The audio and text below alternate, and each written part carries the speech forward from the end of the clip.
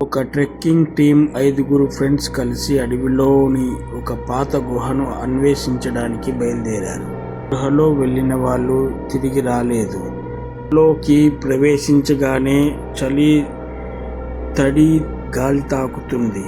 Torch light మాత్రమే వారి మార్గదర్శకాలుగా. గోడలపై పురాతనమైన రాతలు చెక్కారు.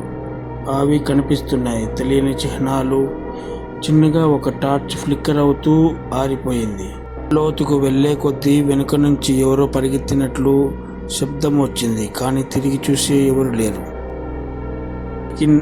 5వ టార్చ్ కూడా ఆగిపోయింది. ఇప్పుడు ఒక్క లైట్ మాత్రమే ఉంది. ఆ కాంతి క్రమంగా తగ్గుతూ గోడలపై తెల్లటి కళ్ళులాగా ఒక్కొక్కటిగా కనిపించడం మొదలైంది. 2 రోజుల తర్వాత రెస్క్యూ టీం వచ్చి బయట బూట్లు, పగిలిన టార్చ్ లైట్ మాత్రమే కనుగొన్నారు. ఇంకెవరూ కనిపించలేదు.